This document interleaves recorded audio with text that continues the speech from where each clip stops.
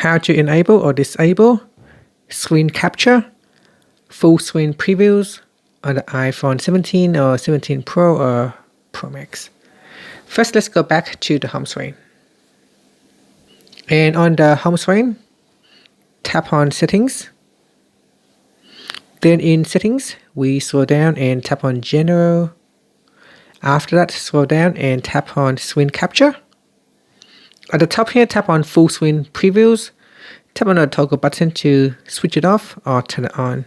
And this will display screenshots in full view instead of showing a temporary thumbnail in the lower left corner. So we can test it out. So this is a full screen preview. And here say, do I want to keep full screen? So tap on it. Once you're happy, just tap on the accept button at the top here. Or you can edit your screen capture. And we can save it to photos or save it to files.